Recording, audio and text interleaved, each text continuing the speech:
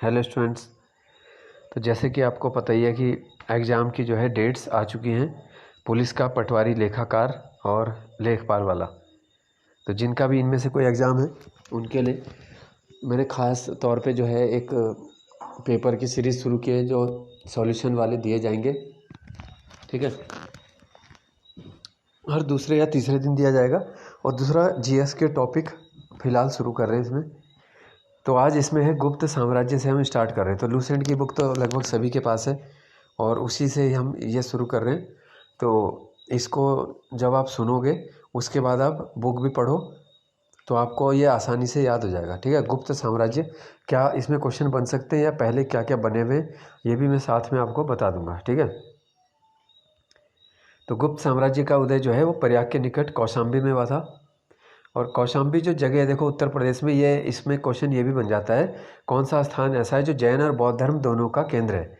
ठीक है, तो जैन और बौद्ध दोनों के लिए प्रसिद्ध है कौशाम्बी। तो याद रखना, जो जो इंपॉर्टेंट पॉइंट है वो आपको बीच में मैं बताता चलूँगा। ठीक है, इस तरह आपके जीएस के कुछ टॉपिक मैं लूँगा हिस्ट्री से जो इम्पोर्टेंट है, जिसमें आपके ये दिल्ली सल्तनत वगैरह, गुलाम वंश से लेके सब कुछ और मुग़ल काल सभी कुछ आएगा, राष्ट्रीय आंदोलन, फिर इसी तरह संविधान वाला और अर्थव्यवस्था, सभी कुछ इसमें एग्ज़ाम तक आपका करवाया जाएगा। ठीक है, तो आपके जो भी दोस्त वगैरह फ्रेंड हैं उनको आप ये वाली पोस्ट शेयर कर सकते हो जिससे कि इसमें फीडबैक मिले। तो अब बात करते हैं कि गुप्त साम्राज्य का पहला राजा कौन है। श्रीगुप्त, जो कि 240 में गद्दी पर बैठा और ये 40 साल के लिए बैठा था। ठीक है, तो ये तो नॉर्मल क्वेश्चन है। संस्थापक कौन है? श्रीगुप्त। अब आ जाते हैं इसका उत्तराधिकारी हुआ था घटोत्कच, जो कि ये भी 40 साल रहा फिर गद्दी पे।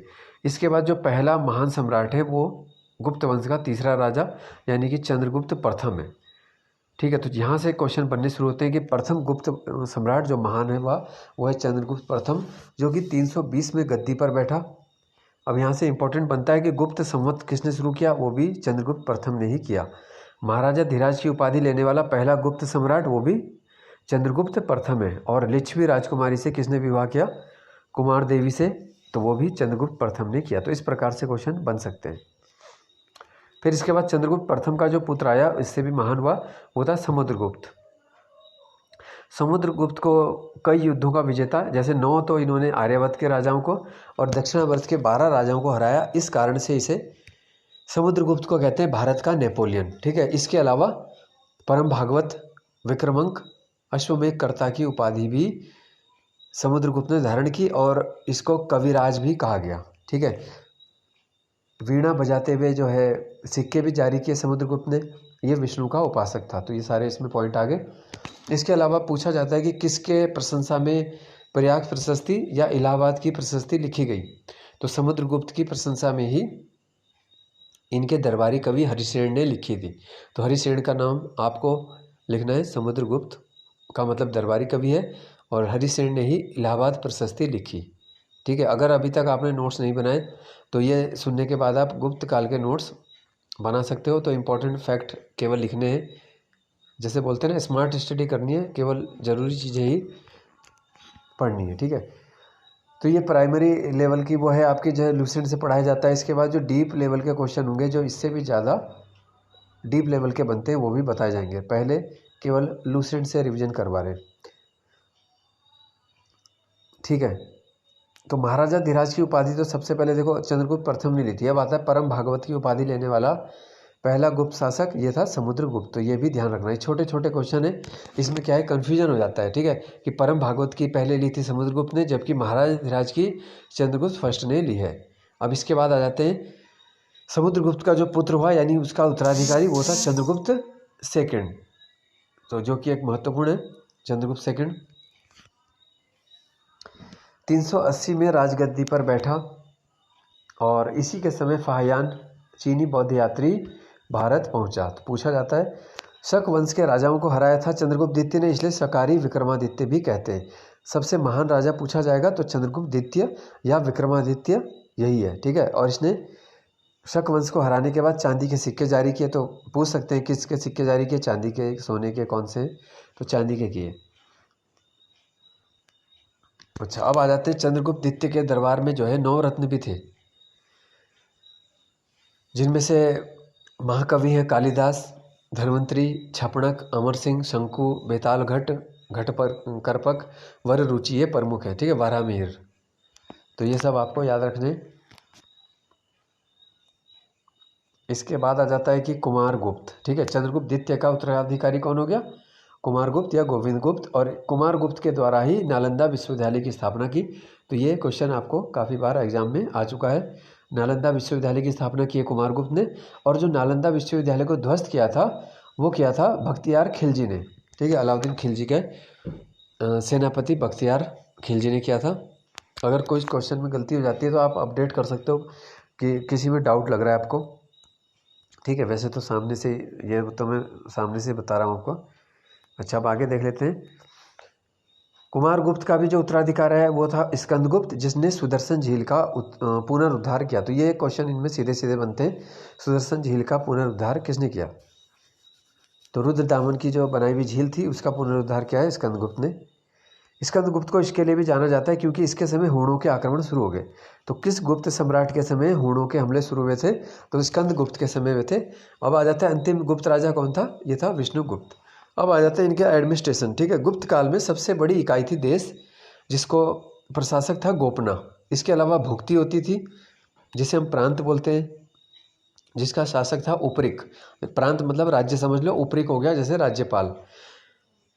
भुक्ति या प्रांत के नीचे होता था विषय, जैसे जिला है तो विषय या जिला, और इसका मुखिया होता था विषयपति। मतलब आज की तुलना करें तो जो जिलाधिकारी है, डीएम है, वो विषयपति है। जो गवर्नर है वो उपरिक हो गया। ठीक है, और जो गोपना हो गया तो समझो मोदी जी के जैसा है, वो देश का पूरा शासक। पुलिस के जो कर्मचारी होते थे उन्हें बोलते थे चाट भाट, और जो प्रमुख होता था पुलिस का वो दंडपाशिक होगा। ग्राम समूह की छोटी इकाइयों को कहते थे पेट। अगला प्रश्न जो इंपॉर्टेंट बनता है कि गुप्त काल में भू राजस्व कितना था? तो 1/4 से 1/6 था। ठीक है, यानी अगर आपकी फसल अच्छी हुई है तो 1/4 लेंगे, यानी 25%। और अगर आपकी फसल थोड़ा ख़राब हो गई है, कुछ और समस्या है, सूखा पड़ा है, 1/6 लेंगे, यानी 17%। तो ये था। अब है गुप्त काल में भूमि कितने प्रकार की थी? तो आर्थिक आधार पर ये 5 प्रकार भूमि बांटा गया: क्षेत्र, वास्तु, चारागाह, सिल और अपराहित। तो आपका पूरा गुप्त काल का इसमें रिवीजन हो जाएगा, वो भी फटाफट। कोई भी इसमें एक्स्ट्रा बातचीत नहीं होगी, बिल्कुल पढ़ाई की बात। ठीक है, आपका क्योंकि एक एक मिनट जो है बड़ा कीमती है। पढ़ाई की बिल्कुल स्ट्रेटजी आपको आगे बताई जाएगी, कैसे एग्ज़ाम क्लियर करें। और वहाँ पे कई बच्चों को घबराहट हो जाती है, पढ़े हुए क्वेश्चन भूल जाते हैं, गलत गोले लगा देते हैं, तो उन सब का भी आपको बताया जाएगा इलाज एग्ज़ाम से पहले। अब है उज्जैन सबसे महत्वपूर्ण व्यापारिक केंद्र था गुप्त काल में। अब आते हैं गुप्त काल के कुछ मंदिर, जैसे विष्णु मंदिर है जबलपुर का। और एक और जो एक्स्ट्रा फैक्ट मैं बता देता हूँ आपको कि जो गुप्त काल के मंदिर मध्य प्रदेश से मिले हैं वो आज भी अच्छी हालत में है। ठीक है, इस प्रकार से भी प्रश्न बन सकता है जो इससे अलग है। गुप्त कालीन में सर्वाधिक स्वर्ण मुद्राएं जारी की गई। तो स्वर्ण मुद्रा वैसे कुषाणों ने जारी की, लेकिन सर्वाधिक मात्रा में पूछेंगे तो गुप्त राजाओं ने की, लेकिन जो बेस्ट क्वालिटी की है वो कुषाणों की है। बड़ी संख्या में चांदी के सिक्के जारी किए। फिर है विंध्य जंगल में जो सवर जाती है, ये मनुष्य का मांस चढ़ाती थी देवता को। सती का प्रमाण भी हमें गुप्त काल से मिला, 510 का एरण अभिलेख।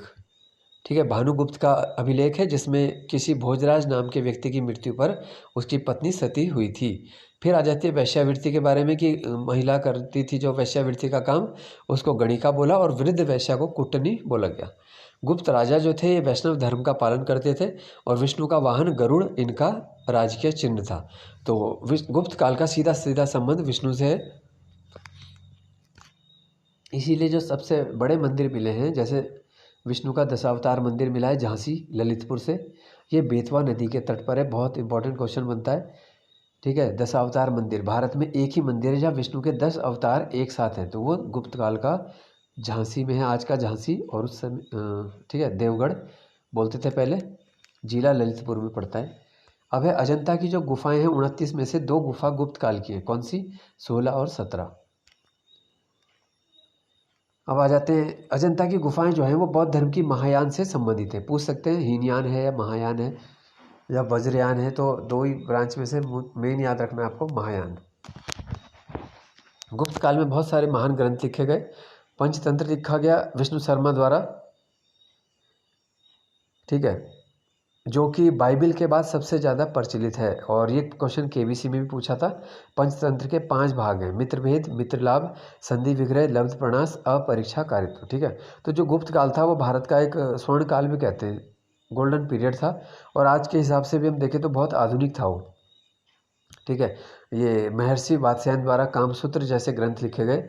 और भोग विलास, जैसे हम बोलते हैं कि सेक्स के टॉपिक पे आज भी समाज में जो है बातचीत करना वर्जित होता है, लेकिन उस समय जो है ऐसे ग्रंथ लिखे गए, यानी इन विषयों पे भी चर्चा होती थी। आगे आ जाते हैं। महत्वपूर्ण ग्रंथ है आर्यभट्टियम और सूर्य सिद्धांत, यह है आर्यभट्ट का। वराहमिहिर ने भी बहुत प्रसिद्ध ग्रंथ लिखे। ठीक है, अब आ जाते हैं पशु चिकित्सा पे एक ग्रंथ लिखा गया, हस्त्यायुर्वेद। ठीक है, ये लिखा था पलकाण्व ने, पलकाण्व। पुराणों को नया स्वरूप जो है वो गुप्त काल में ही दिया गया। गुप्त राजाओं की जो भाषा थी वो संस्कृत थी। इस समय के चांदी के सिक्के रुपये का कहलाए। ठीक है, और हो गया सांस्कृतिक उपलब्धियों के कारण गुप्त काल को कहा गया स्वर्ण काल। कालिदास का जो ग्रंथ है अभिज्ञान शाकुंतलम, ये दूसरी भारतीय रचना है जिसका यूरोपीय भाषा में अनुवाद हुआ। सबसे पहले गीता का अनुवाद किया था विल्किंस ने। ठीक है, और फिर अभिज्ञान शाकुंतलम का अनुवाद हुआ। शूद्रक का नाटक है जो प्राचीन संस्कृत के नाटकों में बहुत उत्कृष्ट माना गया। मृच्छकटिकम, मिट्टी की खिलौना गाड़ी। लास्ट पॉइंट आता है कि नगरों का क्रमिक पतन गुप्त काल की एक विशेषता थी। ठीक है, नगरों का क्रमिक पतन। तो ये क्वेश्चन आपके हुए हैं, इसमें से इम्पोर्टेंट जो भी मुझको लगे वो मैंने आपको बता दिए। फिर नेक्स्ट टॉपिक के साथ जीएस के मिलेंगे कल या परसों। धन्यवाद।